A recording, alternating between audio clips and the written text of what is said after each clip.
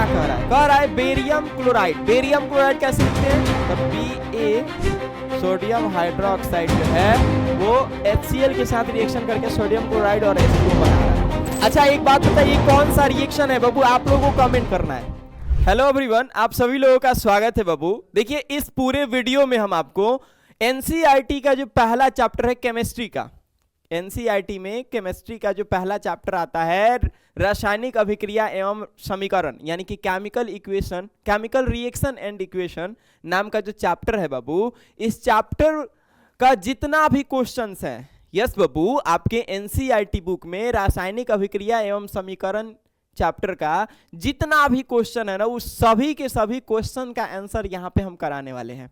Yes बाबू, आपको यहाँ पर दिख रहा होगा ये एनसीईआरटी का केमिस्ट्री वाले बुक का, केमिस्ट्री वाले चैप्टर का चैप्टर 1 है, जिसका नाम है रासायनिक अभिक्रिया एवं समीकरण, केमिकल रिएक्शन एंड इक्वेशन नाम का जो चैप्टर है, इस चैप्टर का टोटल क्वेश्चन का आंसर हम आपके सामने यहाँ पर सब कुछ इसी वीडियो में हम आपको कराने वाले हैं। सो अगर आप इस कंप्लीट वीडियो को देख लेते हैं तो ऐसा समझिए कि एनसीईआरटी के इस चैप्टर का जो क्वेश्चंस है वो टोटल का टोटल क्वेश्चन 100% क्वेश्चन आपके मुट्ठी में आ जाएगा। और एक सबसे खास बात, आपके लिए ये इंपॉर्टेंट वीडियो इसलिए है क्योंकि आप अगर बोर्ड एग्जाम देने वाले हैं ना, तो इतना बताते हैं बाबू कि बोर्ड एग्जाम में आने वाला जो क्वेश्चन होता है ना, वो हूबहू एनसीईआरटी का 2 कॉपी रहता है। यस बाबू, आप बोर्ड एग्जाम के प्रीवियस ईयर का पेपर ले लीजिएगा, PYQ जिसको कहते हैं, या प्रीवियस ईयर का पेपर ले लीजिए, PYP। आप उसमें ना देखेंगे ना प्रीवियस ईयर के क्वेश्चन पेपर में, तो आपको जो क्वेश्चन दिखेगा ना इस चैप्टर का, वो हूबहू एनसीईआरटी के क्वेश्चन से मैच करता है। मतलब कह सकते हैं कि एनसीईआरटी का जो क्वेश्चंस हैं वो बोर्ड एग्जाम के लिए कॉपी पेस्ट रहता है। बोर्ड एग्जाम वाले लोग क्या करते हैं, एनसीईआरटी के क्वेश्चंस को कॉपी करते हैं और एग्जामिनेशन के पेपर में पेस्ट कर देते हैं, कॉपी पेस्ट या 2 कॉपी। एनसीईआरटी का क्वेश्चन ही पूरे तरह से क्वेश्चन पेपर में आपको दिखता है। तो इस कारण से आप एनसीईआरटी के इस कंप्लीट क्वेश्चन का जो वीडियो है, इसको पूरी तरह से देख करके आप इस चैप्टर का जितना भी क्वेश्चन है ना, वो सभी के सभी आप अपने हाथ में कर लीजिए, ताकि आपको पश्चाताप का आंसू न बहाना पड़े। यस बाबू, पछतावा ना करना पड़े एग्जामिनेशन हॉल में बैठ करके कि ओह काश हम इस वीडियो को कंप्लीट देख लिए रहते हैं और एनसीईआरटी के क्वेश्चंस को अच्छे से कर लिए रहते हैं।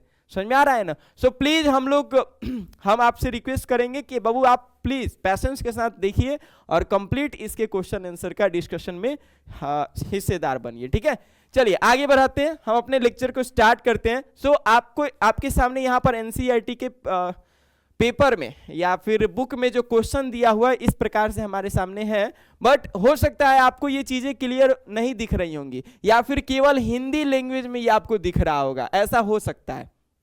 बट इसी क्वेश्चंस को हम टाइप करके अलग अलग पेज में अलग अलग एक एक क्वेश्चन रखे हैं ताकि आपके सामने इसका सॉल्यूशन हम दे सके। समझ में आ रहा है? हमारे पास टोटल ऐसे हो सकता है 50 क्वेश्चंस होंगे। एनसीईआरटी के सभी क्वेश्चंस लेकर के आए हैं first chapter chemistry, first chapter chemical reaction and equation का, रासायनिक अभिक्रिया एवं समीकरण का। तो सो टोटल क्वेश्चन लेके आए हैं, तो कहीं ना कहीं बहुत टाइम लगेगा, 2 घंटा 3 घंटा भी लग सकता है।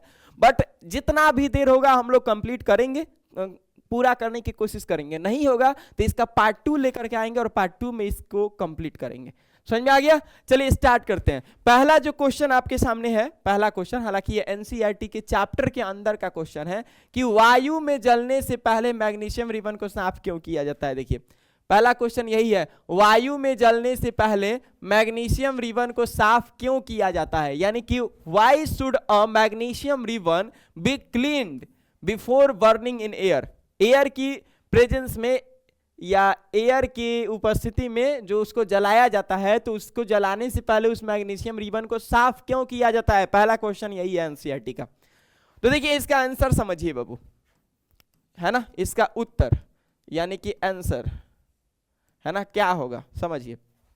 बेसिकली वायु में इसको जलाने से पहले मैग्नीशियम रिबन को साफ करने के पीछे का कंसेप्ट क्या है समझिए। जैसे मान लीजिए हमारे पास ये मैग्नीशियम रिबन है, चुपचाप समझते चलिए, ठीक है। ये क्या है बाबू, मैग्नीशियम का रिबन है, ठीक है, मैग्नीशियम रिबन है। मैग्नीशियम रिबन देखो होता क्या है कि जब हम इसको जलाते हैं ना, किसकी उपस्थिति में, एयर की उपस्थिति में, यहां पर क्या है, यहां पर आपका ऑक्सीजन है, क्या है बाबू, यहाँ पे ऑक्सीजन है, यहाँ पे ऑक्सीजन है, ऑक्सीजन की उपस्थिति में, है ना, यहाँ पे क्या है, ऑक्सीजन, चारों ओर से यहाँ पे ऑक्सीजन है, ठीक है। तो ऑक्सीजन की उपस्थिति में जब हम इसको जलाएंगे तो होगा क्या, ये मैग्नीशियम ऑक्सीजन से रिएक्शन करेगा और रिएक्शन करके मैग्नीशियम ऑक्साइड बनाता है। लेकिन सोचो ये मैग्नीशियम के ऊपर अगर यहां पर मिट्टी छाप देंगे, अरे भैया मिट गया, अगर इस मैग्नीशियम रिबन के ऊपर अगर इसके ऊपर कुछ मिट्टी उट्टी लगा देंगे तो ये मैग्नीशियम ऑक्सीजन के साथ रिएक्शन करेगा ही नहीं, और रिएक्शन नहीं करेगा तो समझिए कि वो नहीं जला, नहीं जला, जलबे नहीं करेगा। उदाहरण के तौर पे मान के चलिए एक सूखा पत्ता है, ठीक है, दो सूखा पत्ता है, एक वो सूखा पत्ता साफ सुथरा है और एक ठो सूखा पत्ता पे गीला मिट्टी या ऐसे समझिए कि पूरा का पूरा मिट्टी ऊपर लगा हुआ है। तो आप जब दोनों को जलाने जाइएगा तो कौन सा सूखा पत्ता जलेगा आप बताइए, कहीं ना कहीं जो साफ सुथरा है सूखा पत्ता वो वाला जलेगा, और जिस पे मिट्टी का लेयर जमा हुआ है वो नहीं जलेगा। इसीलिए कि मैग्नीशियम के रिबन को साफ किया जाता है ताकि वो जलने के दौरान ऑक्सीजन के साथ रिएक्शन करके मैग्नीशियम ऑक्साइड बनाए, ठीक है। इसलिए तो ये मैग्नीशियम ऑक्सीजन के साथ रिएक्शन करता है तो क्या बनाता है, मैग्नीशियम ऑक्साइड बनाता है। कई बार ये भी क्वेश्चन पूछता है कि मैग्नीशियम रिबन को जलाने के बाद हमें अवशेष के रूप में यहां पर क्या चीज प्राप्त होता है, तो अवशेष के रूप में यही मैग्नीशियम ऑक्साइड प्राप्त होता है, ठीक है। तो इसका आंसर कर लीजिएगा ना, हम आपको आंसर बोलते हैं, जिनको लिखने नहीं आएगा वो सुनिए समझिए और लिखिएगा अपने हाथों से, समझ में आ रहा है। चलिए इसका आंसर क्या लिखिएगा, इसका आंसर लिखिएगा, देखिए हम आपको यहाँ पर आपके सामने यहाँ पर सब लिखाते हैं, ठीक है, यहाँ से ऑक्सीजन मिल रहा है, चलो हम इसका आंसर आपके सामने सब कुछ लिख देते हैं। किसी एक लैंग्वेज में लिखेंगे, दूसरा लैंग्वेज में आप उसको ट्रांसलेट कर लीजिएगा, ठीक है। ट्रांसलेट करने वाला बहुत सारा ऐप भी आ गया है, गूगल ट्रांसलेट सब पे भी तो आपको ट्रांसलेट कर सकते हैं, नहीं समझे इसका परिभाषा। चलिए तो इसका आंसर क्या होगा बाबू, उस पर बात करते हैं, ठीक है। देखिए इसका आंसर क्या होगा समझिए, देखिए इसका आंसर क्या होगा, यानी कि इसका उत्तर होगा कि मैग्नीशियम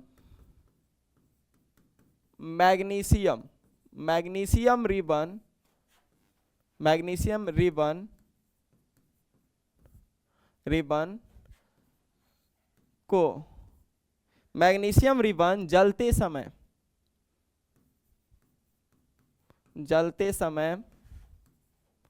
ऑक्सीजन के साथ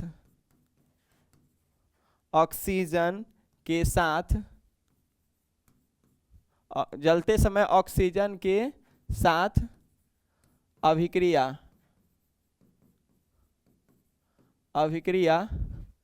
करके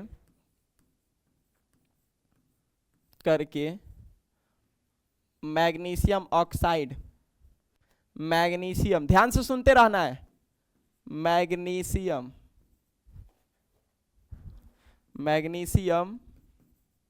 ऑक्साइड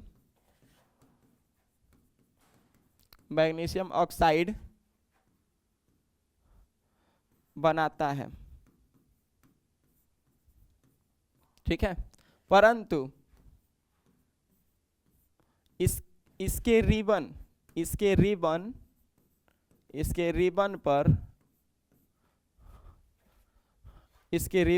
पर रिबन के सतह पर, है ना, ऐसा लिखेंगे, रिबन के सतह पर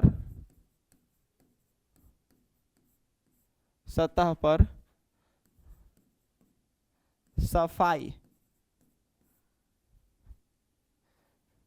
हो रहना चाहिए,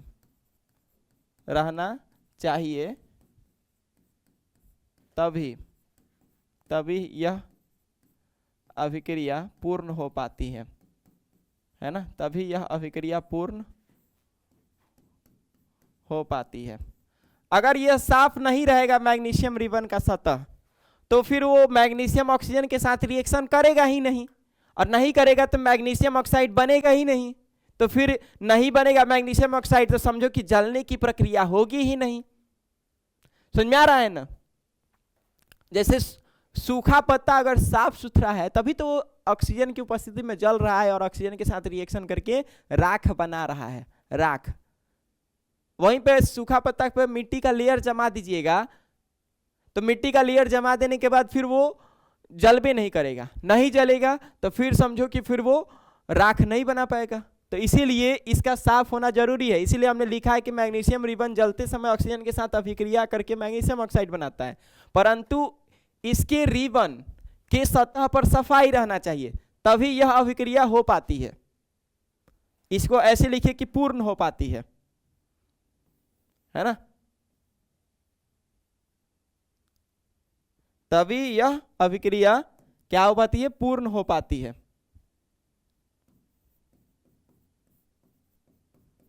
ठीक है? इसलिए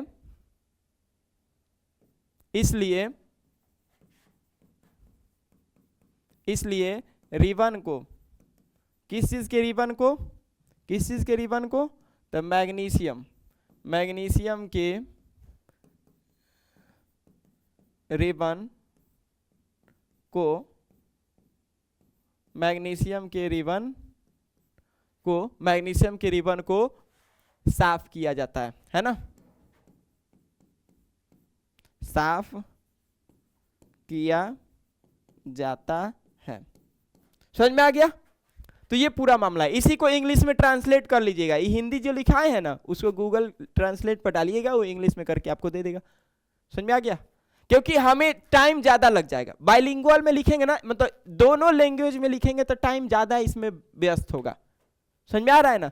तो हिंदी माध्यम वाले बच्चे ज्यादा रहते हैं, तो इस कारण से हिंदी माध्यम में हमने लिखने का पूरा कोशिश किया। ठीक है, चलिए आगे बढ़ाते हैं। समझ में आ गया? तो आगे बढ़ाते हैं बाबू। अगला क्वेश्चन आइए, सेकंड नंबर क्या है? सेकंड नंबर क्वेश्चन कह रहा है, चलिए पहले हम आपको एनसीईआरटी में दिखाते हैं। सेकंड नंबर कह रहा है कि निम्नलिखित रासायनिक अभिक्रिया को संतुलित रासायनिक लिखिए, संतुलित समीकरण लिखिए। और इसमें आपको मेरे ख्याल से कितना 3 इसमें आपको क्वेश्चन अलग अलग दिया हुआ है। चलिए बहुत बढ़िया है, इसी को हम यहां पर दिखाते हैं। यहां पे फ्रेश हम लिखे हुए। चलिए कह रहा है कि निम्नलिखित रासायनिक अभिक्रिया के लिए संतुलित रासायनिक समीकरण लिखिए। ठीक है, संतुलित हमें समीकरण लिखना है। बहुत बढ़िया, यानी कि write the balanced chemical equation for the following chemical reactions. आपके पास ये फॉलोइंग मीन्स कि आपके पास ये नीचे दिए गए 3 रिएक्शंस गिवन है। आपको क्या करना है? वी हैव टू राइट क्या? The balanced chemical equation. आपको ये बैलेंस्ड केमिकल इक्वेशन लिखना है। ठीक है, तो चलिए क्या कह रहा है समझिए। पहला क्या कह रहा है? फर्स्ट नंबर में जो रिएक्शन है उस पर ध्यान देते हैं बाबू।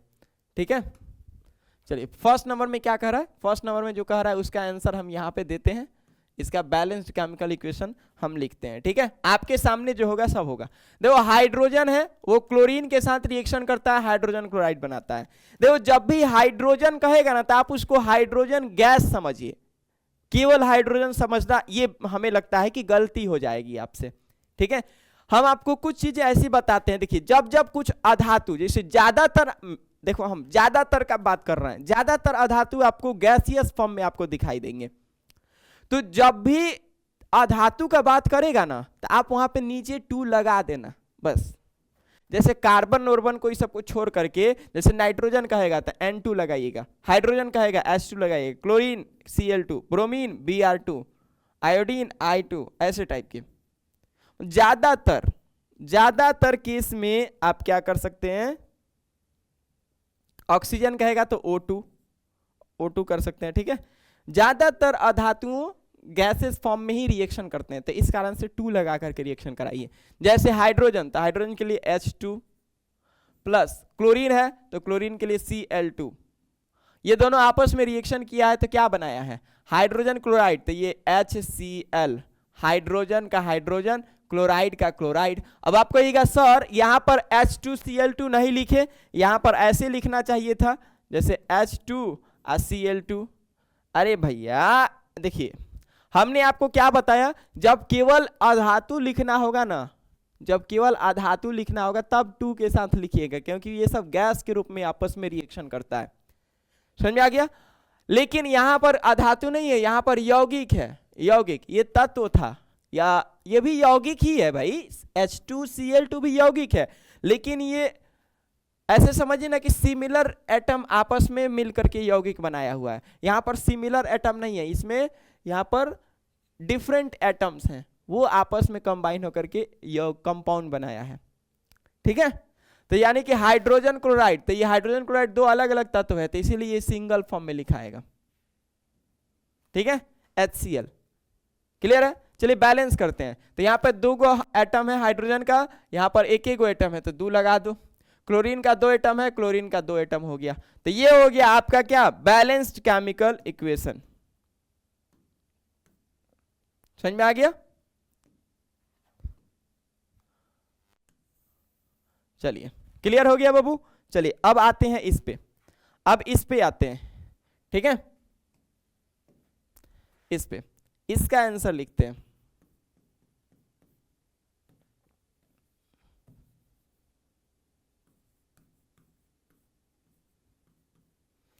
समझिए बाबू क्या कह रहा है, कह रहा है बेरियम क्लोराइड। बेरियम क्लोराइड कैसे लिखते हैं, तब BaCl2, ये हो गया barium chloride, plus aluminium sulphate है। एल्यूमिनियम सल्फेट कैसे लिखेंगे, तो Al और यहाँ पे 2 और SO4, यहाँ पर 3 हो जाएगा।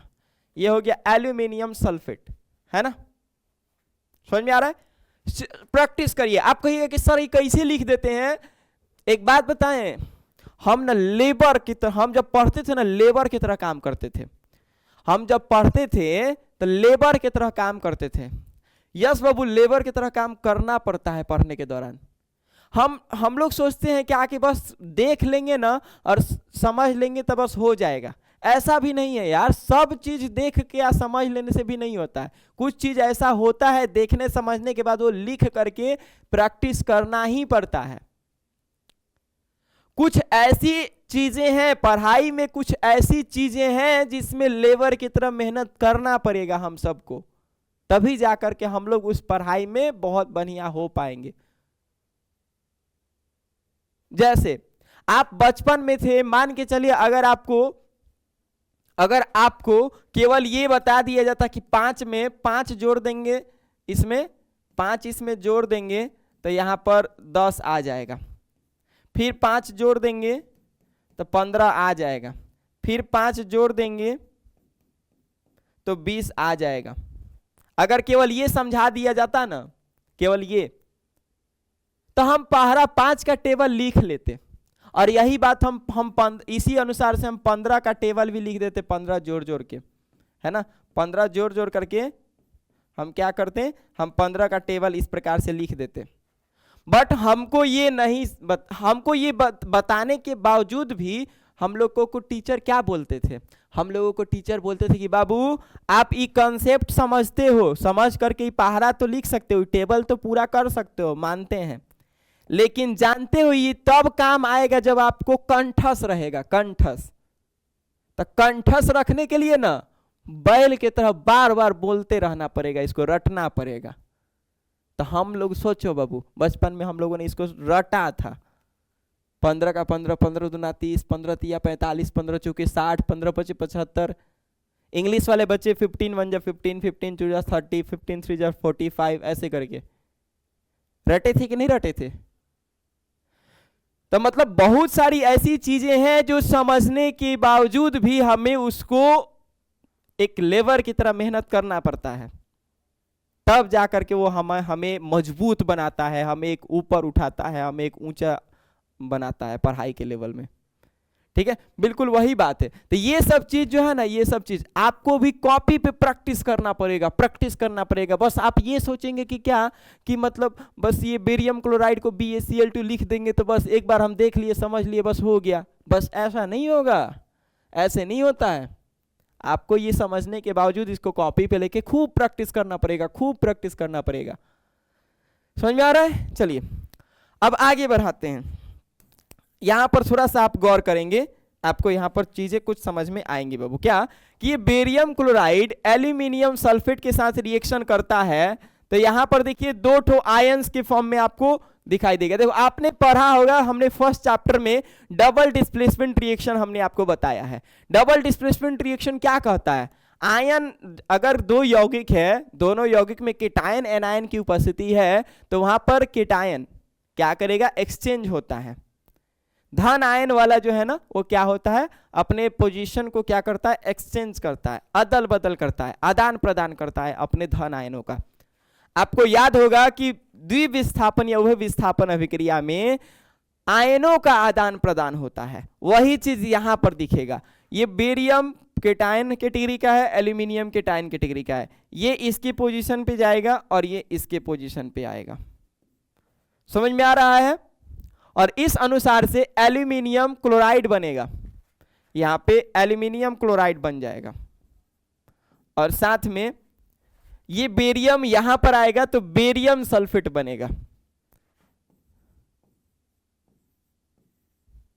Barium sulphate.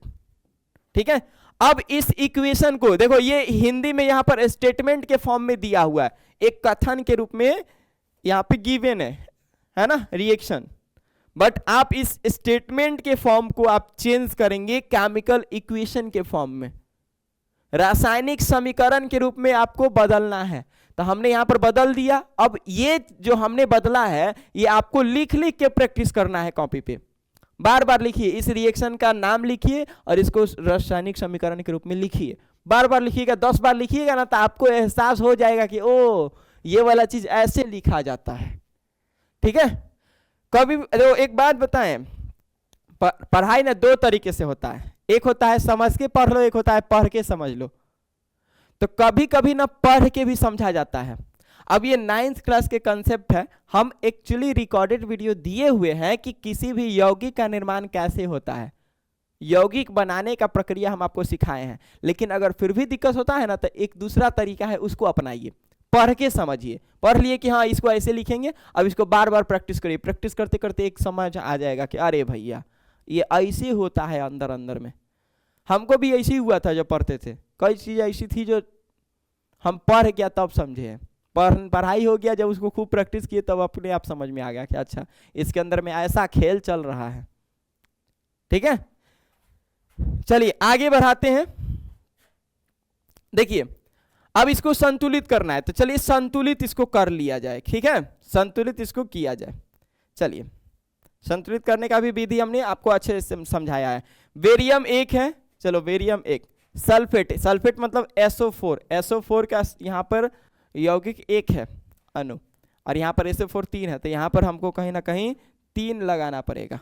ठीक है, चलिए 3 क्या करना पड़ेगा? लगाना पड़ेगा।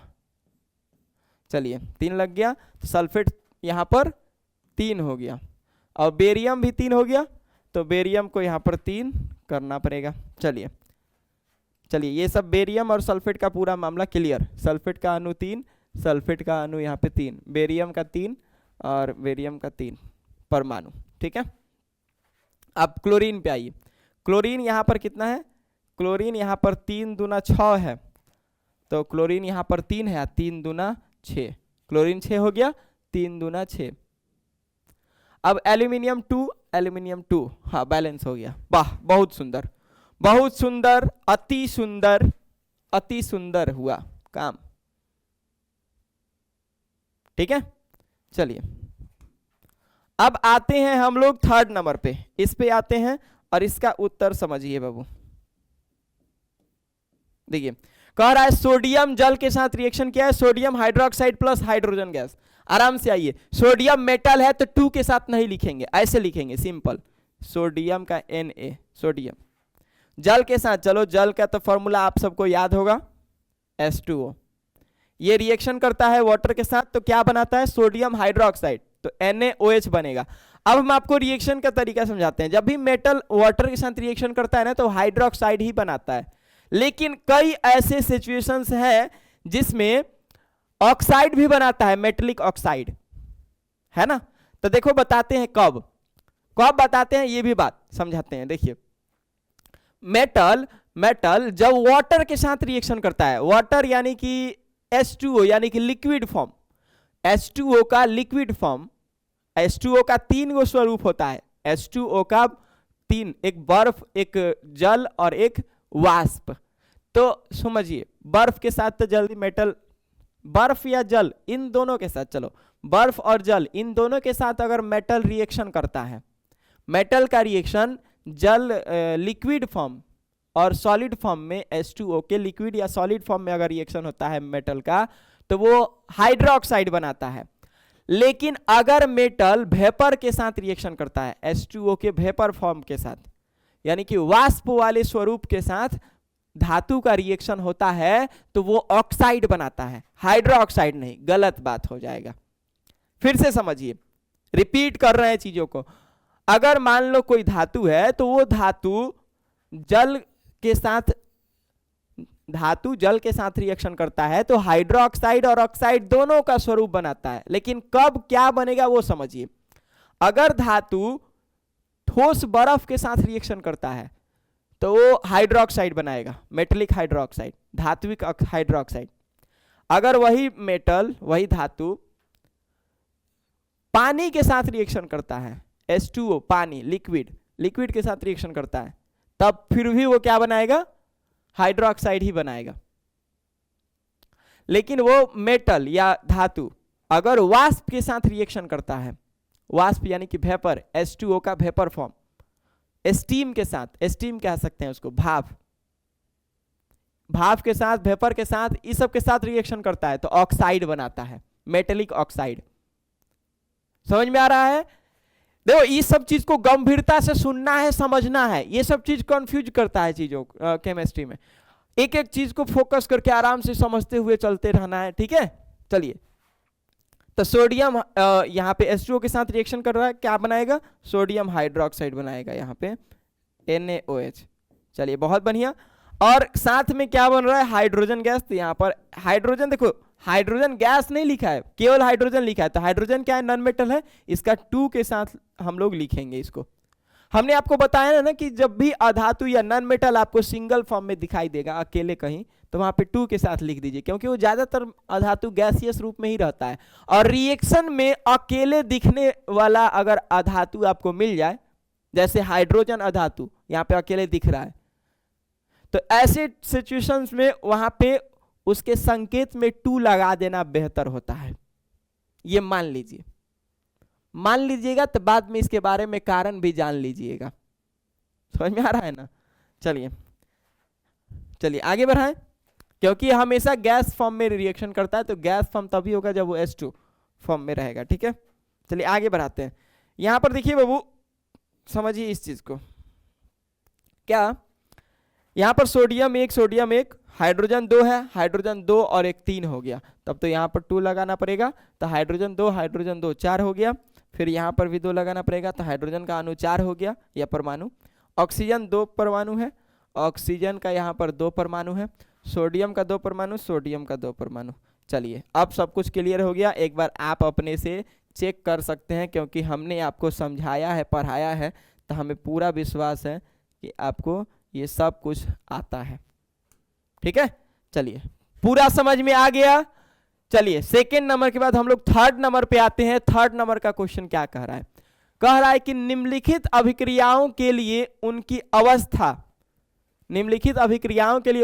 अवस्था के संकेतों के साथ संतुलित रासायनिक समीकरण लिखिए। यानी कि right a balanced chemical equation with state symbols for the following reactions. ये जो रिएक्शंस आपके नीचे यहां पर नीचे दिए गए हैं, इन रिएक्शंस में जो भी कंपाउंड है उस कंपाउंड का स्टेट भी लिखना है, अवस्था भी लिखना है, कि वो सॉलिड फॉर्म में रिएक्शन कर रहा है या लिक्विड फॉर्म में रिएक्शन कर रहा है, या फिर जो प्रोडक्ट बन रहा है वो सॉलिड फॉर्म में बन रहा है कि लिक्विड फॉर्म में बन रहा है कि गैसेस फॉर्म में बन रहा है, ये भी हमें प्रदर्शित करना है। और एक बात बताएं, ये केमिकल रिएक्शन का, ये केमिकल इक्वेशन का, रासायनिक समीकरण का ये खूबसूरत स्वरूप होता है।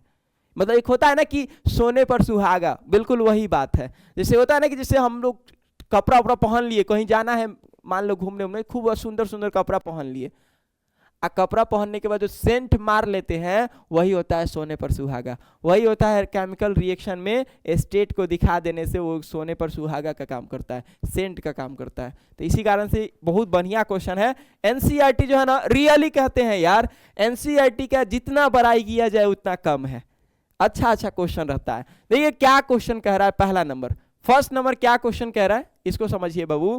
कह रहा है कि जल में बेरियम क्लोराइड तथा सोडियम सल्फेट के विलयन, जब भी विलयन कह देगा ना तो विलयन हमेशा उसको जल में घोर के ही बनाया जाता है। कभी भी कोई कंपाउंड के सामने विलयन कह दे साथ में तो समझ जाएगा कि उसको पानी में ही घोरा गया है, और इस कारण से क्या होगा समझिए। देखो यहां पे इसी क्लियरली बोल भी दिया है कि जल में बेरियम क्लोराइड, यानी कि ये जो बेरियम क्लोराइड हम ले रहे हैं, ध्यान से सुनिए, हम यहां पे उत्तर लिख देते हैं भाई, आंसर, ठीक है, समझिए बाबू। जैसे बेरियम क्लोराइड, तो बेरियम क्लोराइड यहां पर हम लोग लिखेंगे बेरियम क्लोराइड। अब ये क्या है, जल में घोला गया है, विलयन है, तो इस कारण से हम यहां पर ब्रैकेट में AQ लिख देंगे, AQ। AQ मतलब होता है एक्वस सॉल्यूशन, एक्वस सॉल्यूशन हम यहां पर लिख दे कहीं पर साइड में हम आपको बता देते हैं AQ मतलब क्या। देखो AQ जब लिखा रहेगा ना तो AQ मतलब होता है, AQ मतलब होता है एक्वस, है ना, एक्वस सॉल्यूशन, एक्वस सॉल्यूशन इसका मतलब होता है, इसका मतलब एक्वस सॉल्यूशन होता है। इसको हिंदी में जलीय विलयन कहते हैं, जलीय विलयन, जलीय विलयन इसको बोला जाता है। अब एक बात यहां पर आपको फोकस करके समझना है, अरे भैया ये तो नहीं चल रहा है, देखिए जलीय विलयन, ठीक है, एक्वस सॉल्यूशन। तो अब ये जल में घुला हुआ है तो बेरियम क्लोराइड को हमने एक्वस AQ दिखा दिया, जलीय विलयन में दिखा दिया। तथा, तो तथा के लिए हम यहाँ पे प्लस साइन देंगे। सोडियम सल्फेट, देखो सोडियम के लिए Na और सल्फेट के लिए होता है SO4। ध्यान से सुनना है, बहुत ध्यान से सुनना है भाई। सोडियम सल्फेट, तो सोडियम के लिए हमने Na दे दिया, सल्फेट के लिए SO4 हमने दे दिया। अब सोडियम का वैलेंसी 1 होता है तो 1 इस पर नहीं दिखाएंगे, सल्फेट का वैलेंसी 2 होता है, संयोजकता 2 होता है, तो उस 2 को सोडियम पर दिखाना पड़ेगा, तो इसलिए यहां पे 2 लगा देंगे। और इसका विलयन, सोडियम सल्फेट के विलयन, विलयन मतलब AQ लिख देना है, क्योंकि हमने बताया कि जब भी विलयन कहेगा या तो जलीय विलयन कह दे या सिंपल विलयन भी कहेगा ना तो आपको AQ ही लिखना है, इस तरह से ब्रैकेट में। समझ में आ गया? ये सुंदर रिप्रेजेंटेशन होता है, एक कहा जाता है ना कि खूबसूरत, है ना, खूबसूरत एक प्रस्तुति, वही बात है। चलिए सोडियम सल्फेट हो गया ये विलयन के फॉर्म में। अब ये रिएक्शन करके क्या बनाया है इस पे हम लोग बात करेंगे। तो ये अभिक्रिया करके सोडियम क्लोराइड, ये तो सबको आता है भाई लिखने सोडियम क्लोराइड, तो यहां पर आप सोडियम क्लोराइड लिख सकते हैं NaCl, ठीक है। इसका विलयन बनता है तो ये भी AQ के फॉर्म में यहां पर लिख दीजिए, और साथ में क्या बन रहा है ये देखिए, तथा अघुलनशील, अघुलनशील मतलब जो जल में घुल नहीं सकता है, अघुलनशील बेरियम, बेरियम सल्फेट बनता है। तो बेरियम सल्फेट पहले यहां बना दो, बेरियम और सल्फेट, बेरियम का Ba और सल्फेट का SO4, बेरियम का संयोजकता 2 तो इसलिए यहां पर हम 2 लगा देंगे, और सल्फेट का भी संयोजकता 2 तो यहां पर हम 2 लगा देंगे। तो दोनों जगह 2 लग गया तो इसलिए 2 और 2 कट जाएगा, तो कट जाएगा तो खत्म, तो केवल बेरियम और सल्फेट बचेगा। क्या बच जाएगा? बेरियम सल्फेट, ठीक है, 2 कट गया, सेम वैलेंसी है, सेम वैलेंसी है तो कट जाता है, तो इसी कारण से इसको हटा करके चुपचाप क्या लिख दीजिए, केवल बेरियम सल्फेट। समझ में आ गया? अब इस रिएक्शन देखो, हमने रासायनिक समीकरण हमने लिख लिया, इस रिएक्शन का हमने यहां पर इक्वेशन लिख लिया। अब हमें इसे बैलेंस करना है, क्योंकि ये कह रहा है ना कि आप अवस्था दिखाने के बाद उसके संकेतों को संतुलित भी करिए, यानी कि उसके स्टेट को बताने के बाद उसे बैलेंस भी करना है। तो चलिए करते हैं। यहाँ पे बेरियम का एटम एक दिख रहा है, यहाँ पे भी बेरियम का एटम आपको एक ही दिख रहा है। आगे देखते हैं तो क्लोरीन का यहाँ पर 2 एटम है और यहाँ पर क्लोरीन का 1 एटम है, तो हमें क्या करना पड़ेगा, यहाँ पर 2 यहाँ पे सामने लगाना पड़ेगा। चलो एक काम करते हैं, कलर चेंज कर देते हैं, यहाँ पे 2 लगा देते हैं, ठीक है। चलिए अब क्या हो गया, क्लोरीन 2 हो गया, क्लोरीन 2 वहां पे हो गया, चेक कर लो, क्लोरीन यहाँ पे 2 हो गया, ठीक है। तो बेरियम 1 क्लोरीन 2, बेरियम 1 हो गया, क्लोरीन यहाँ पे 2 हो गया, ठीक है। अब सोडियम 2, तो सोडियम यहाँ पर भी 2 है, ठीक है। सल्फेट 1, तो सल्फेट 1, वाह बैलेंस हो गया, बस 2 यहाँ पे लग गया, पूरा का पूरा रिएक्शन बैलेंस हो गया। अब इसको जो है ना घेराल कर दो। चलिए समझ में आ गया बाबू, समझ में आ गया पूरा मामला। चलिए बहुत सुंदर, 3rd नंबर क्वेश्चन का पहला नंबर हम लोगों ने कंप्लीट कर लिया, 1st नंबर हम लोग का क्वेश्चन क्लियर हो गया। 2nd नंबर क्वेश्चन पे आते हैं। 2nd नंबर क्वेश्चन क्या कह रहा है, सोडियम हाइड्रोक्साइड है। चलिए बहुत सुंदर, यहां पर हम सोडियम हाइड्रोक्साइड देते हैं, इसका आंसर यहां पर हम लिखते हैं, देखिए सोडियम हाइड्रोक्साइड, सोडियम हाइड्रोक्साइड को NaOH से लिखा जाता है, सोडियम हाइड्रोक्साइड हो गया। अब कह रहा है सोडियम हाइड्रोक्साइड का विलयन, तो विलयन कहीं ना कहीं वो जल में ही रहता है, देखो क्वेश्चन खुद क्लियर कर रहा है, एनसीईआरटी खुद आपको समझा रहा है कि देखो बाबू विलयन कहने का मतलब कि उसको जल में घोरा गया है, और जल में घोरा गया है तो क्या लिखा जाएगा, हमने आपको पिछला क्वेश्चन में बताया था कि जलीय विलयन को AQ से लिख करके दर्शाते हैं, तो यहां पर लिख देंगे ब्रैकेट में क्या AQ। चलो आगे बढ़ते हैं, प्लस प्लस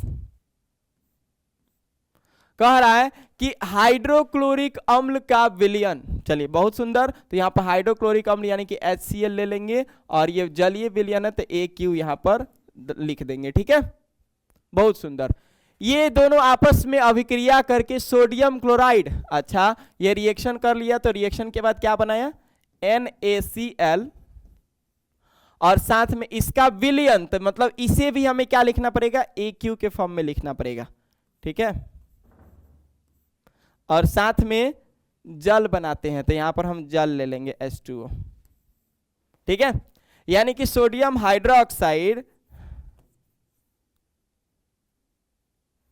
सोडियम हाइड्रोक्साइड जो है वो HCl के साथ रिएक्शन करके सोडियम क्लोराइड और H2O बना रहा है। अच्छा एक बात बताइए, कौन सा रिएक्शन है बाबू, आप लोगों को कमेंट करना है, बताइए कौन सा रिएक्शन है। चलिए हम बता देते हैं, यहां पर देखो ये एसिड है, ये अम्ल है ना, और ये क्या है भस्म है ना, बेस, तो कौन सा रिएक्शन हो जाएगा, ये रिएक्शन हो जाए, अच्छा ये यहां पर लवण आपको दिख रहा होगा है ना, लवण साल्ट, ये जल है ना वाटर, तो ये कौन सा रिएक्शन है, so this is neutralisation reaction, neutralisation reaction है, न्यूट्रलाइजेशन रिएक्शन जिसे उदासीनीकरण कहते हैं, उदासीनीकरण अभिक्रिया। अब एक बहुत सुंदर बात हम आपको बताते हैं, जानते हैं क्या, देखिए बाबू हम आपको बहुत सुंदर बात बताते हैं कि इसे संतुलित करना है, तो सोडियम का परमाणु यहाँ पे 1 है, सोडियम का परमाणु 1 है, हाइड्रोक्साइड में ऑक्सीजन का परमाणु 1 और यहाँ पर ऑक्सीजन का परमाणु 1, वाह बहुत सुंदर, हाइड्रोजन यहाँ पे 1 है और हाइड्रोजन 1, 2 हो गया, हाइड्रोजन यहाँ पे 2 हो गया, वाह बहुत सुंदर, क्लोरीन 1 क्लोरीन 1, अरे भैया इसमें तो संतुलित करना ही नहीं है, पूरी तरह से ये लग रहा है संतुलित ही है। हाँ चलिए इसको तब इस प्रकार से ब्रैकेट में इसको सम्मान दिया जाए। चलिए क्लियर है, क्लियर है सब कुछ, हमने स्टेट दिखा दिया, अवस्था दिखा दिया, इसी को कहते हैं स्टेट दिखाना, है ना। चलिए और हमने ये शो कर दिया, साथ में हमने इसे बैलेंस भी कर दिया है, ठीक है। चलिए आगे बढ़ते हैं, 2nd नंबर भी हम लोग का हो गया, 3रा नंबर का दूसरा क्वेश्चन हो गया। अब नया ये क्योंकि अंदर में एनसीईआरटी के इस फर्स्ट चैप्टर रासायनिक अभिक्रिया एवं समीकरण केमिकल रिएक्शन एंड इक्वेशन वाले चैप्टर के अंदर में जो एक पैराग्राफ दिया था क्वेश्चन का 1 2 3 वो हमने कंप्लीट कर लिया। अभी किसी दूसरे पेज में ये वाला क्वेश्चन दिया हुआ है, तो इस वाले पैराग्राफ का भी क्वेश्चन हम लोग कंप्लीट करेंगे। ये भी एनसीईआरटी के अंदर का ही है, जैसे प्रश्नवाचक चिन्ह बना करके पूछा है कि बताइए इसका आंसर क्या होगा। चलिए, जिसमें 2 क्वेश्चन गिवन है, चलिए 2 क्वेश्चन भी करेंगे और लास्ट में चैप्टर के एंड में जो क्वेश्चन का पूरा एक्सरसाइज रहता है वो भी करेंगे। ठीक है, तो चलिए आगे देखते हैं क्या कह रहा है। ठीक है, ध्यान दीजिए बाबू। कह रहा है कि किसी पदार्थ X के विलयन का उपयोग सफेदी करने के लिए होता है। अब इसमें जो है ना आपको ठीक से नहीं समझ में आ रहा होगा, इसमें थोड़ा सा देखने में प्रॉब्लम हो रहा होगा। चलिए इसका टेक्स्ट फॉर्म हम यहाँ पे लाए हैं, एक एक करके देखो। इसमें 2 क्वेश्चन है, तो फर्स्ट नंबर क्वेश्चन को हम यहाँ पे रखे हैं, सेकेंड नंबर इसका जो क्वेश्चन है उसको दूसरे स्लाइड में रखे हैं। ठीक है, चलिए फर्स्ट नंबर क्वेश्चन क्या कह रहा है। कह रहा है, देखिए ध्यान से समझना है। कह रहा है किसी पदार्थ X, ठीक है, कि विलयन का उपयोग सफेदी करने के लिए होता है। मतलब कोई X क्या है, X का विलयन है AQ फॉर्म, AQ फॉर्म, क्योंकि विलयन के लिए हम लोग क्या लिखेंगे AQ, AQ माने एक्वस सॉल्यूशन, जलीय विलयन, हमेशा जलीय विलयन ही रहता है। तो X का AQ फॉर्म, इसका उपयोग किस लिए होता है, सफेदी के लिए,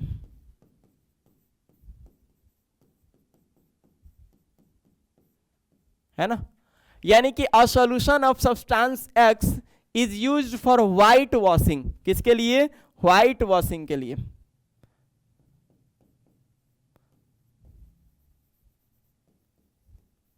व्हाइट वॉशिंग के लिए, सफेदी के लिए, व्हाइट वॉशिंग के लिए इसका उपयोग किया जाता है। व्हाइट वॉशिंग के लिए, सफेदी के लिए इसका यूज करेंगे। ठीक है, चलिए चलिए अब यहां पे समझिए बाबू। अब आपसे क्वेश्चन पहला नंबर पूछा है, फर्स्ट नंबर क्वेश्चन क्या पूछा है, इसका हम आंसर दे रहे हैं।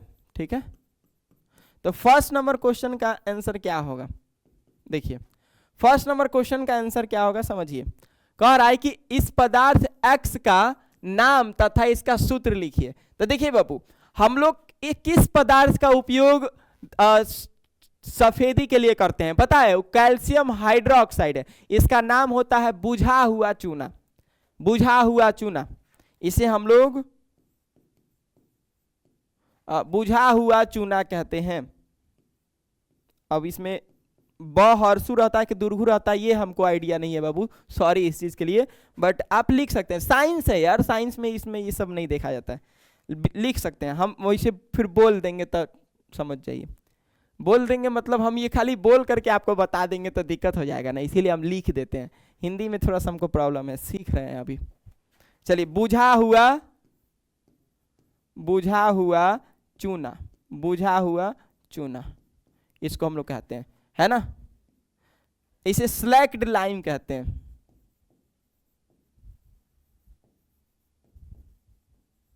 स्लैक्ड लाइम कहते हैं। ठीक है,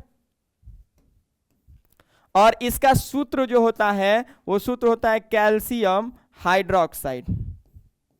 और ये कैसे बना रहता है, तो ये बना रहता है कैल्शियम ऑक्साइड में, जब हम H2O मिलाए रहते हैं तब यह बनता है कैल्शियम हाइड्रोक्साइड, है ना। इसमें उष्मा रिलीज होता है, इसी कारण से ये वाला रिएक्शन जो है ना, ये वाला रिएक्शन क्या कहलाता है बाबू, ये वाला रिएक्शन क्या कहलाता है, उष्मा,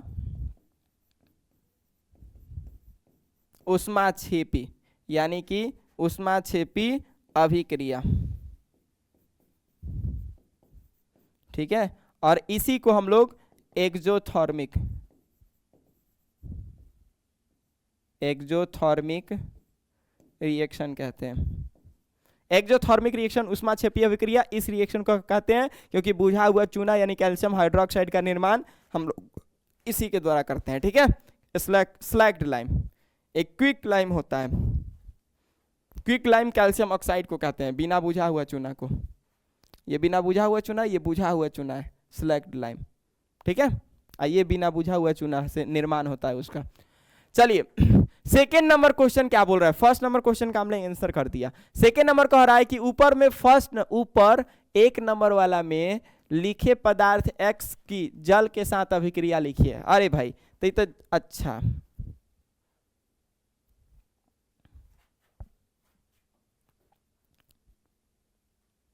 किसी पदार्थ X के विलयन का उपयोग सफेदी के लिए करते हैं, X के विलयन का उपयोग। तो X कौन सा पदार्थ है, X आपका कैल्शियम ऑक्साइड पदार्थ है। सॉरी, रुक जाइए, इसको हम थोड़ा सा करेक्ट करते हैं। देखिए बाबू, हम यहाँ पर इसको ऐसे करते हैं। देखिए फर्स्ट नंबर है, इसको लिखिए बिना बुझा हुआ चूना, इसे क्विक लाइम कहते हैं।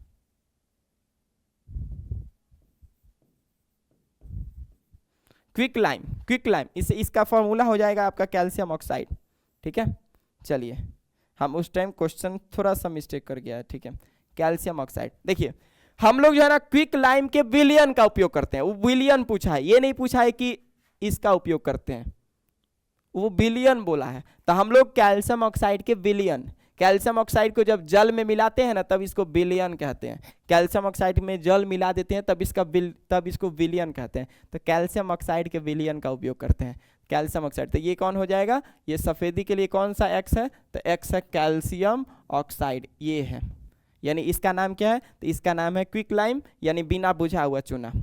ठीक है, इसका हम लोग उपयोग करते हैं। तो पहला नंबर का जो आंसर लिखेंगे हम लोग, वो लिखेंगे कि इस एक्स का नाम बिना बुझा हुआ चूना है, क्विक लाइम इसको कहते हैं, कैल्शियम ऑक्साइड है। ठीक है, इसे ही सफेदी करने के लिए इसके विलियन का उपयोग करते हैं। ठीक है, अब सेकेंड नंबर में पूछा है कि जब आप इसे विलियन बनाते हैं, यानी कि जब इस एक्स को जल के साथ अभिक्रिया कराते हैं तब क्या होता है। तो जब इस कैल्शियम ऑक्साइड को जल के साथ अभिक्रिया कराते हैं तो ये वाला होता है, और यही आपका सेकेंड नंबर क्वेश्चन का क्या बनेगा, आंसर बन जाएगा। ये क्या बनेगा, सेकेंड नंबर क्वेश्चन का आंसर बन जाएगा। ठीक है, सेकेंड नंबर क्वेश्चन का ही क्या बन जाएगा, आंसर। बातें समझ में आ रही हैं क्या? हाँ बिल्कुल।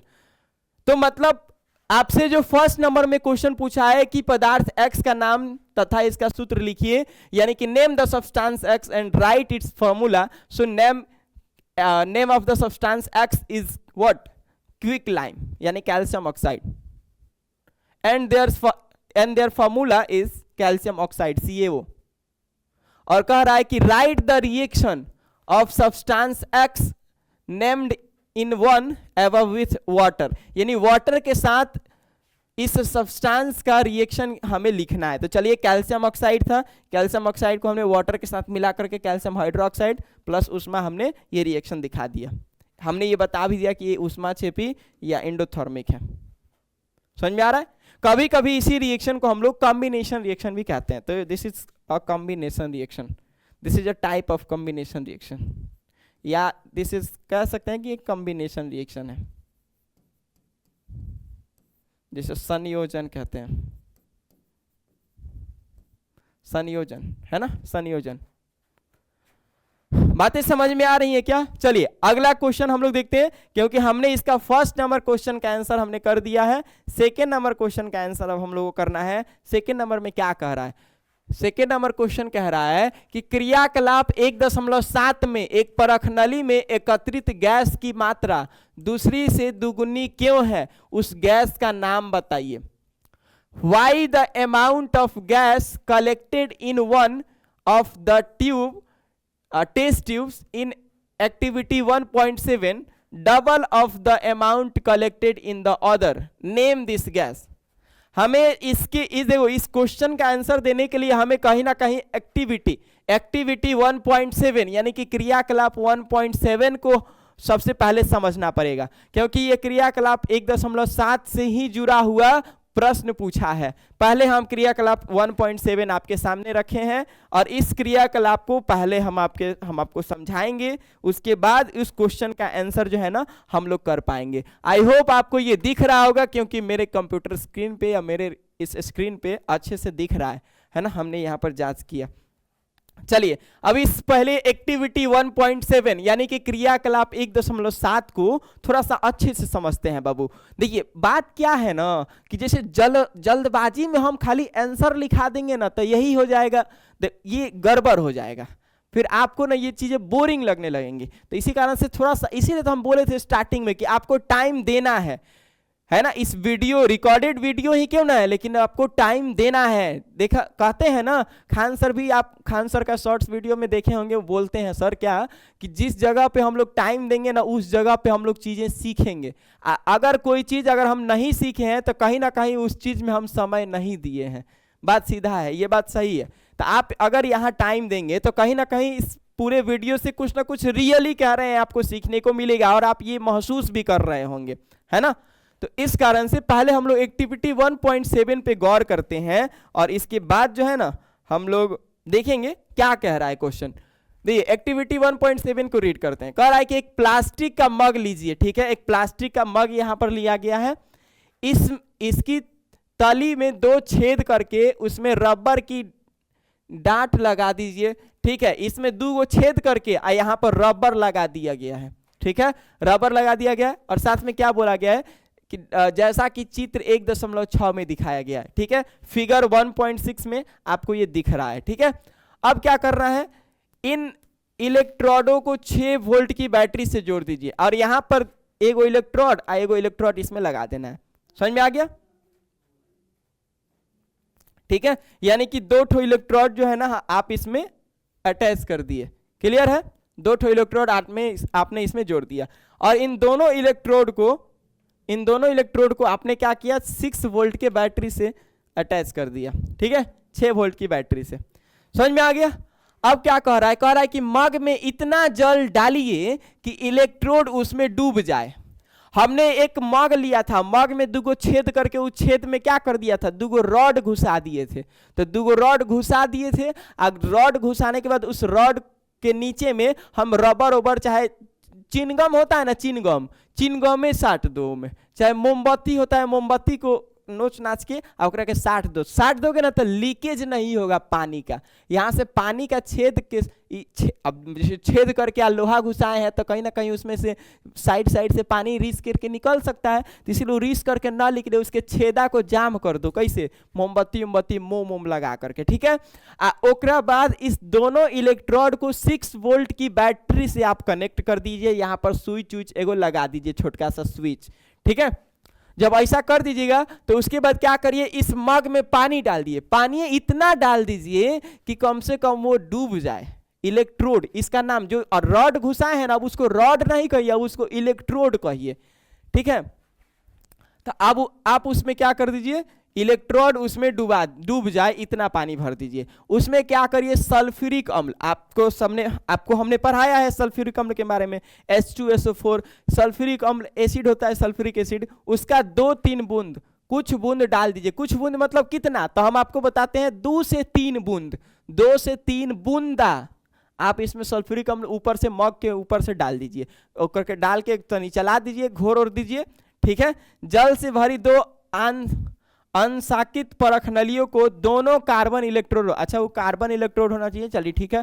कार्बन इलेक्ट्रोड मतलब आप इसमें एक काम करिएगा, पेंसिले घुसा दीजिएगा, 2 पेंसिल, रॉड क्या घुसाइएगा, 2 पेंसिले घुसा, क्योंकि पेंसिल में ग्रेफाइट रहता है, वो कार्बन इलेक्ट्रोड की तरह काम करेगा। नीचे से थोड़ा पेंसिल को कट कर दीजिएगा और यहाँ से मतलब दोनों तरफ से पेंसिल को छील दीजिएगा, एगो नोखिया अंदर घुसा दीजिएगा, एगो नोखी में तार लपेट करके इस तरह से चिपका करके टेप ऑफ बैटरी से जोड़ दीजिएगा, ठीक है।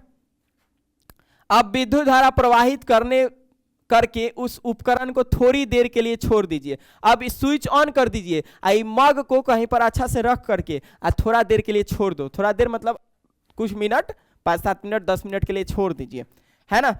आप दोनों इलेक्ट्रोडों पर आप बुलबुले बनते हुए देखेंगे। आप 10 मिनट 15 मिनट छोड़ेंगे ना तो यहाँ पर देखिएगा बुलबुला कुछ यहाँ से निकलेगा, कुछ यहाँ से जल का बुलबुला निकलेगा, कुछ यहाँ से जल का बुलबुला निकलेगा। समझ में आ रहा है ना। ये जल का बुलबुला, सॉरी आप कुछ जल का नहीं मतलब बुलबुला उस दोनों इलेक्ट्रोड के पास निकलता हुआ आप देखेंगे। ये बुलबुले अंशांकित नली से जल को विस्थापित कर देते हैं, ठीक है। और क्या दोनों परख नली में एकत्रित गैस आयतन समान है। और देखो होता क्या है कि इसमें एक शीशा का एक नली और इस यहाँ पे एक शीशा का नली भी लगा दिया जाता है। तो होता क्या है कि यहाँ पर कुछ गैस बनता है और यहाँ पे कुछ गैस बनता है। ये दोनों गैस जो है ना अलग अलग मात्रा में बनता है। कैसे हम आपको बताएंगे। जब दोनों परखनलियाँ गैस से भर जाए तब उसे सावधानी से हटा लीजिए। जब इसमें और इसमें गैस भर जाए ना तो इधर से निकाल लीजिए और निकाल करके उसमें जो गैस भरा हुआ रहेगा उस गैस का अवलोकन करिए, ऑब्जर्वेशन करिए और आपको दिखाई देगा। देखो क्या कह रहा है, एक जलती हुई मोमबत्ती को दोनों परखनलियों के मुंह के ऊपर लाकर इन गैसों की जांच करिए। जब इसमें शीशा इस पेंसिल के ऊपर एक शीशा का कवर लगाए थे, इसके ऊपर भी शीशा का, इसमें गैस भर गया, इसमें गैस भर गया है। तो ध्यान से समझिए बाबू, क्या इसमें जो गैस भरा है ना, इसमें जो गैस भरा है उस गैस को आराम से निकालिए ताकि वो गैस इधर उधर बाहर ना निकले परख नली से, ठीक है। अब हुआ क्या कि उस गैस को आप किसी तरह से रखे हुए हैं, बट उसमें सिर्फ अब क्या करिए, जलती हुई मोमबत्ती को उसके गैस के ऊपर ले जा करके अपना उंगली हटाइए, देखिएगा उसमें आपको कुछ कुछ दिखाई देगा। क्या? सावधानी, इस चरण को शिक्षक द्वारा सावधानी पूर्वक किया जाए। अरे बाप रे, कौन परेशानी है भाई? कह रहा है कि सावधान, अटेंशन, क्या इस चरण को यानी कि इस स्टेप को शिक्षक की सावधानी पूर्वक, शिक्षक द्वारा सावधानी पूर्वक किया जाना चाहिए। ये बच्चे नहीं करेंगे, ये टीचर के सामने ये सब कुछ होगा, उनके डायरेक्शन में। मतलब टीचर क्या करेंगे, उस परखनाली के से गैस निकलने के दौरान उसके ऊपर में मोमबत्ती, जलता हुआ मोमबत्ती रखेंगे। जलता हुआ मोमबत्ती रखेंगे तो देखिएगा आपको ऐसा दिखाई देगा। क्या इस दोनों स्थितियों में क्या होता है, कौन सी परखनली में कौन सी गैस उपस्थित है? अब सुनिए, ये दोनों के दोनों परखनली में दोनों अलग अलग टाइप के गैस उपस्थित होंगे, सेम टाइप के नहीं। अब किसमें कौन से गैस उपस्थित होंगे ये बताते हैं। तो देखिए बाबू, हम आपको बताते हैं, ये जो H2 है ना, H2O जल, ये दो अलग अलग गैस में टूटा रहता है, एक H2 गैस में और एक O2 गैस में टूट गया रहता है। अब H2 गैस किस में है और O2 गैस किस में है ये नहीं पता है, तो एक नहीं पता है कि H2 गैस किस में है और O2 गैस किस में है। तो इसका जांच करने के लिए हम लोग क्या करते हैं, जलती हुई मोमबत्ती को उस परखनली के ऊपर लेके जाते हैं। तो होता क्या है जानते हैं, अगर ऑक्सीजन रहेगा परखनली में ना, अगर मान लो परखनली में ऑक्सीजन है और उसके ऊपर जलती हुई मोमबत्ती लेके चल गए हैं, तो वो जलती हुई मोमबत्ती को और ज्यादा जलाने लगेगा। ठीक है, समझ में आ रहा है ना? जलती हुई मोमबत्ती को क्या कर देगा, और ज्यादा जलाने लगेगा। ठीक है, पहली बात।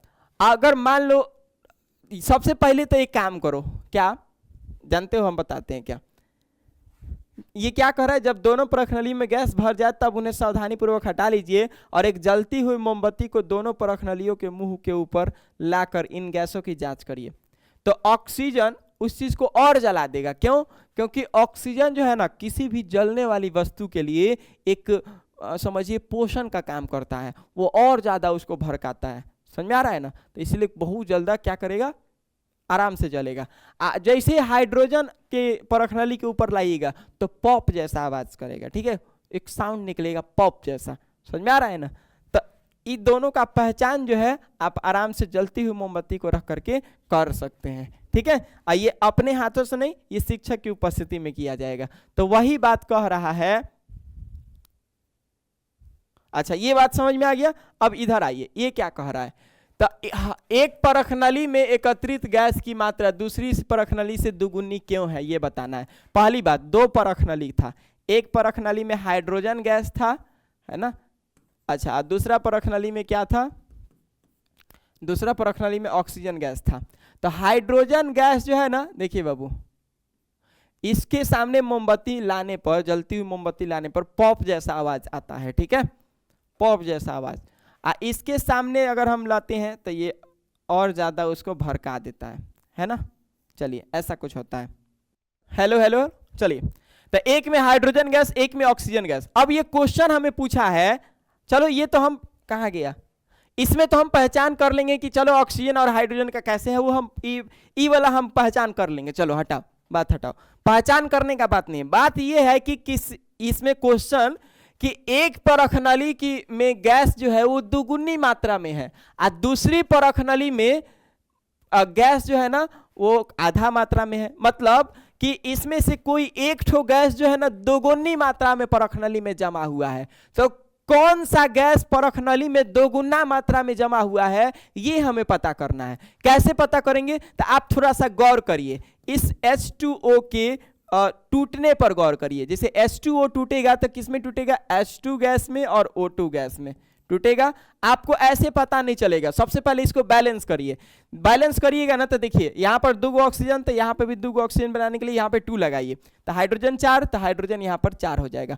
अब गौर करिए बाबू, यहाँ पर H2O का कितना आयतन है, तो H2O का 2 मोल, 2 मोल मतलब 44 लीटर। देखिए एक, देखो अगर H2O के सामने एक रहता, H2, देखो इसको कैसे निकालते हैं, आयतन कैसे निकालते हैं, ध्यान दीजिए, ध्यान दीजिए कैसे निकालते हैं। यहां पर जितना संख्या लिखा है वो संख्या गुने उसको 22 लीटर से गुना कर दीजिए, ठीक है। 1 मोल मतलब 22 लीटर जगह, तो कितना हो गया 44 लीटर, इतना आयतन हो गया, यानी इतना जगह ये छेकेगा, ठीक है। यहां पर निकालिए तो यहां पर 2 गुने 22 लीटर, कितना हो गया 22 दूना 44 लीटर, ठीक है, 44 लीटर हो गया। अच्छा, यानी कि हाइड्रोजन गैस इतना जगह छेकेगा। यहाँ पर एक है, नहीं कुछ है तो एक है, तो एक है तो हम इसको ऐसे लिखेंगे कि 1 गुने 22 लीटर, कितना हो गया, तो 22 से कम 22, यानी कि 22 लीटर हो गया। यानी कि ज्यादा जगह कौन छेक रहा है, ऑक्सीजन गैस कि हाइड्रोजन गैस की ऑक्सीजन गैस, ये बताइए। ऑक्सीजन गैस आपका 22 लीटर का ही जगह छेक रहा है और हाइड्रोजन गैस इतना लीटर का जगह छेक रहा है, समझ में आ रहा है ना। तो इसका मतलब है कि 2 गुना जगह कौन छेक रहा है, तो 2 गुना हाइड्रोजन गैस छेक रहा है। तो इसीलिए ये जो है ना, ये 44 लीटर तक का जगह छेक रहा है और ये 22 लीटर तक का जगह छेक रहा है। यानी कि हाइड्रोजन गैस, इसका आयतन परख नली में इसका आयतन 2 गुना होगा। ध्यान रखिए, इसको कैसे लिखेंगे, इसको ऐसे लिखेंगे कि परख नली में, परख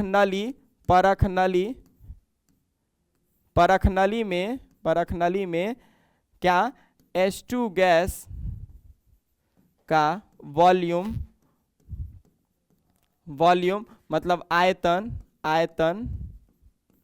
ज्यादा होगा, 2 गुना होगा। H2 गैस का आयतन 2 गुना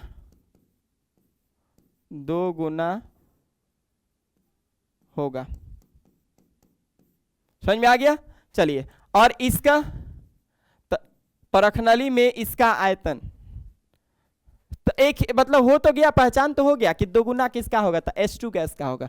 H2 गैस का 2 गुना आयतन होगा, मतलब इससे 2 गुना जगह ये परख नली में छेकेगा। समझ में आ गया। हमारा क्वेश्चन था कि एक परख नली में एकत्रित गैस की मात्रा, एक परख नली में एकत्रित गैस की मात्रा दुगुनी क्यों है, दूसरी से दुगुनी क्यों है। यानी कि why is the amount of gas collected in one is of the test tube is double of the amount of collected in other. दूसरे टेस्ट ट्यूब में कलेक्टेड से डबल क्यों है किसी एक में कलेक्टेड ट्यूब का गैस का मात्रा, ठीक है, ये हमें बताना था। तो वो है ऐसा इसलिए क्योंकि यहाँ पर हाइड्रोजन गैस ज्यादा अणु के रूप में बनता है, ऑक्सीजन गैस कम अणु के रूप में बनता है। ये थोड़ा हल्का गैस है, ये भारी गैस है, तो भारी गैस कम मात्रा में बनता है, हल्का गैस ज्यादा मात्रा में बनता है, ज्यादा जगह छेकता है, ये कम जगह छेकता है। बातें ऐसी हैं, ठीक है। तो ये पूरा एक्टिविटी का पूरा मामला है, ठीक है। अब हम आपको आगे लेकर के चलते हैं। आगे जो क्वेश्चंस हैं वो ये आपके नया पैराग्राफ वाले क्वेश्चंस हैं। इसमें क्या कह रहा है कि इसमें भी 3 क्वेश्चन दिए गए हैं, ठीक है, 3 क्वेश्चन दिए गए हैं, बट मेरे ख्याल से हमको लगता है कि टाइम इसमें अभी और ज्यादा लगेगा, तो यहीं पे इस चीज को हम लोग रहने देते हैं। अभी तक हम लोगों ने एनसीईआरटी के 2 पैराग्राफ का हम लोगों ने क्वेश्चन किया है बाबू, अभी तीसरा पैराग्राफ है। तीसरा पैराग्राफ का जैसे ही हम लोग क्वेश्चन निपटाएंगे वह तीसरा पैराग्राफ का, उसके बाद हम लोग का एक नया पैराग्राफ का क्वेश्चन आ जाएगा। 3 हो गया, और उसके बाद हम लोग अभ्यास प्रश्न करने लगेंगे। अभ्यास प्रश्न मतलब ये आपका ये चैप्टर खत्म हो जाने के बाद जो एक्सरसाइज वाला रहता है, तो वही एक्सरसाइज यानी कि अभ्यास वाला प्रश्न आपको यहाँ पर देखने को मिलेगा। तो अभ्यास वाला प्रश्न बहुत सारा है, लगभग 20 ठो क्वेश्चन है इसमें, ठीक है। तो हम एक काम करेंगे, हमको लगा था कि आज कंप्लीट कर देंगे, बट जितना लगता है उतना होता थोड़ी है ना। तो इस कारण से सॉरी इस चीज के लिए, बट हम इतना विश्वास दिलाते हैं कि जैसे आज हमने पार्ट 1 में इतना क्वेश्चन पर्सनली तो करा दिया है, उसके बाद तीसरा पैराग्राफ का क्वेश्चन करके एक्सरसाइज वाला अभ्यास वाला जो क्वेश्चन है वो भी हम आपको कराएंगे, ठीक है। तो वो पार्ट 2 और पार्ट 3 में लेकर के इस तरह से आएंगे, ठीक है। आपका पार्ट 1 का ये पूरा वीडियो आपको कैसा लगा एक बार सब लोग कमेंट में बताइएगा, कि इससे ये भी पता चलेगा कि कौन कौन से बच्चे जो है ना लास्ट तक रुके थे और देखे थे इस वीडियो को, ठीक है। अब हम आपको पार्ट 2 में इसका आगे का क्वेश्चन या और भी रहेगा तो पार्ट 3 भी फिर लेकर के आएंगे। पहले पार्ट 2 तो आने दीजिए, पार्ट 2 में बात कर लिया जाएगा, बचेगा तो क्या। चलिए, तो इसका पार्ट 2 हम लेकर के आएंगे, जिसमें ये क्वेश्चन सब सॉल्व करेंगे और इसके बाद इसके अभ्यास वाला प्रश्न है, ये सब कुछ सॉल्व करेंगे हम लोग, ठीक है, जहां तक होगा पार्ट 2 में, ठीक है। चलिए, तो यहां पर हम लोग क्लास को रहने देते हैं बाबू। सो आई होप आपको ये केमिस्ट्री के एनसीईआरटी क्वेश्चंस का फर्स्ट चैप्टर रासायनिक अभिक्रिया एवं समीकरण का पार्ट 1 जो एनसीईआरटी क्वेश्चंस है वो आपको समझ में आया होगा। सो बहुत बहुत थैंक यू आप सभी लोगों को कि आप लोग बहुत अच्छे से चीज़ों को पढ़ते हैं, समझते हैं। सो अपना ख्याल रखिएगा और एक सबसे खास बात कि समय निकाल करके रिवीजन करते रहिएगा टॉपिक सबका, ठीक है, क्वेश्चन प्रैक्टिस करते रहिएगा। बाकी अपने व्यवहार को इस प्रकार से विकसित करिए ताकि आपके आसपास के लोग आपसे सुरक्षित महसूस करें, आपसे कुछ ना कुछ सीखे और आपसे प्रेरणा ले। समझ में आ रहा है ना? इस प्रकार से अपने व्यवहार को इस प्रकार से डेवलप करिए, ठीक है। बाकी बहुत बहुत थैंक यू एंड बहुत बहुत थैंक यू। जय हिंद।